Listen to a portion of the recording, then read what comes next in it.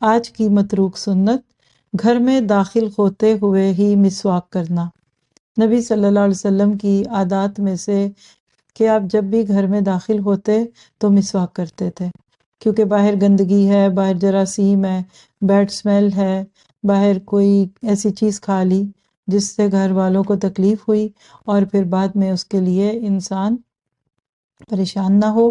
تو نبی صلی اللہ علیہ وسلم کی سنتوں میں سے آپ اور میں بھی اس سنت کو انشاءاللہ آج اپنے لیے مشعل راہ بنائیں گے کہ ہم اللہ کے نبی کی طرح سنت کو پورا سمجھتے ہوئے مسواک کر لیں۔ اگر بالفرض مسواک نہ ملے یا گھر میں نہیں ہے تو کیا کریں؟ برش کر لیجئے۔ آپ دیکھیے آج کل تو پیسٹ بھی ایسی مل جاتی ہیں کہ جس میں مسواک کے ایکسٹریکٹ ہوتے ہیں۔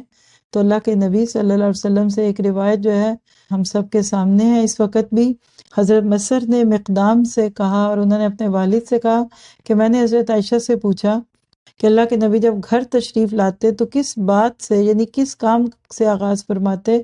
تو انہوں نے فرمایا کہ مسواک سے۔ 590 صحیح مسلم کی روایت۔ یہاں سے دیکھیے اللہ کے نبی پرسنل ہائیجین کا کتنا اہتمام کرتے تھے۔